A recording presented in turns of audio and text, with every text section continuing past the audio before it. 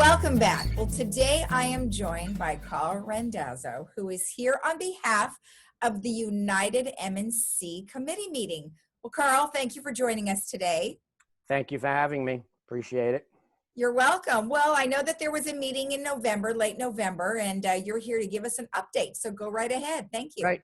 And it's just as I indicated, just information based on what happened at that meeting. So on November 20th, we had this M&C meeting, which we have either on a monthly or a bi-monthly basis, depending on the time period. And among the topics that were discussed was the restart of work and projects that need to be accomplished in our community, and which of these items will be completed this year. We also discussed the implementation plan for our new 15-year paint program. With regard to the actual maintenance and construction daily work activities, we are continuing to address all call-ins from the residents for repairs and general maintenance. The VMS personnel who will be entering a unit, should you call for service, are instructed to wear personnel protective equipment and use other COVID safety protocols. Very important. They will be wearing masks. We'll try to maintain 6-foot distance. If you have a repair or a maintenance item that needs attention, call resident services and ask for help, and be assured that VMS personnel will do the work and maintain all COVID safety protocols. That's a very important point. With regard to the activities and projects that we have scheduled and budgeted for this year, this goes beyond the regular day-to-day maintenance. Many of those activities are still being worked or have been completed, and they fall into the following categories. And some of these activities had been stopped during the year for about a 3 or 4 month time period because of the COVID. The first is the work that has been scheduled for this year and has been started and completed. And there's 4 of those that were started and completed. There's the cul-de-sac signage, which people have seen, whereby there's green signs on the posts that have the street signs. Asphalt paving programs, whereby we basically update this asphalt where there's some problems with asphalt paving in certain areas of United. Seal coat program, where we lay down a coat of black tar, okay, to seal the things seal the roadway so that if rain falls down, it doesn't seep in and then undermine the roadway. And then the roofing program, we have so many roofs that we repair or replace on a yearly basis, and that's being done based on a certain schedule. So we completed many of those activities. We completed all of those activities. The second category, excuse me, is work that has been scheduled for this year and has been started, but is still working, but is expected to be completed this year. And that includes replacement of certain sections of barbed wire fencing with shepherd's crook fencing. We anticipate replacing approximately 300 feet of fence in priority areas this year. This is done on a yearly basis. Termite fumigation. This year, residents were given the option to defer this activity until next year, since this would require them to vacate their units in order for the unit to be tented and fumigated. The COVID issue scared some people into not wanting to spend time in a nearby hotel while this fumigation was conducted on their unit. Even though this year residents were given the option, we need to remember that termites are ravenous creatures, and where termites are found, they have to be dealt with so that they do not do damage and is no longer easily repairable or create unsafe conditions.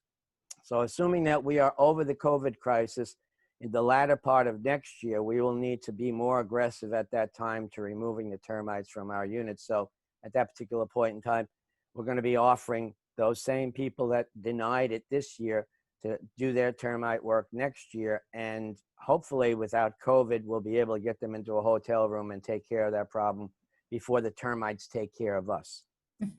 And then the third category is work that has been scheduled for this year and has been started and is still working, but will not be completed this year. And the following work will not be completed this year, and these items are multi-year activities, and each year a certain amount of work is scheduled to be done. This year we will not be able to complete the work that was scheduled due to COVID shutdown that had occurred at the beginning of the year, and a catch-up schedule has not been planned. it was felt that a catch-up schedule would really be counterproductive, okay, at this particular point in time. We can wait on some of these activities. So as of this moment, it is not anticipated that we would be completing any of this work this year. These items fall into the following categories: replacement of pushmatic panels, where we are changing out pushmatic panels in certain units. They have pushmatic panels, electrical panels, that have to be replaced with another manufacturer's panel and another manufacturer's circuit breakers. Pushmatic panels have been problematic in the past, so we're trying to basically clear ourselves out of all pushmatic panels. Waistline remediation program, where we're lining the drain pipes with an epoxy lining in order to prevent them from leaking and prevent the buildup of corrosion products that will block the pipe. Most of these pipes are cast iron, and over 50 years or so, they have a tendency of rusting and corroding. So the corrosion builds up and creates a blockage in the pipe, or it also puts pinholes in the pipe, whereby then in time that they'll just turn into larger cracks. And as a result of that, you'll have a leak in the manor or a leak in the soil. So we're trying to get those with a remediation program. That's ongoing, but it will not be complete. The work that was scheduled for this year will not be completed this year, will be deferred to a following year. And then prior to paint program, which is part of the prior to paint and the paint program, where we conduct repairs of structures before we paint them. This program is tied together with the actual paint program, where a plan has been developed to repair and paint certain buildings on a 10-year cycle. And this year we changed that to a 15-year cycle. And that cycle of 15 years will start as of January 1st, 2021. That was a cost-saving measure, and we felt that that would be worthwhile to save some money. And we also did all of the checks to see if that would be detrimental to us by deferring some of that, and we felt that it would not. So this was something that we thought through. Okay. At this time, I would also like to restate what I have already stated regarding the access of workmen to the units.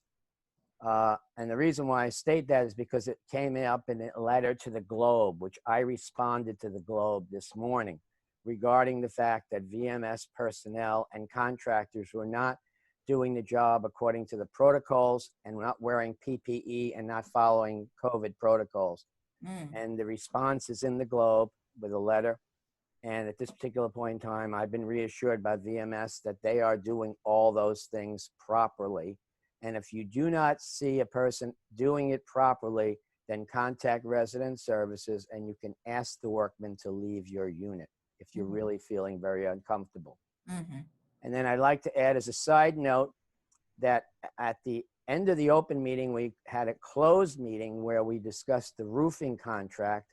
The roofing contract, every 3 years, we get a roofing contractor in and we have bids, and we got 3 to 5 bids, I believe. I think it was at least minimum 3, maybe 5, that we reviewed the bids, and we are reviewing the contract associated with that bids, and we will be awarding one of those bids, one of those contracts to one of those roofing contractors. So we're working on that right now. And that's basically what we did.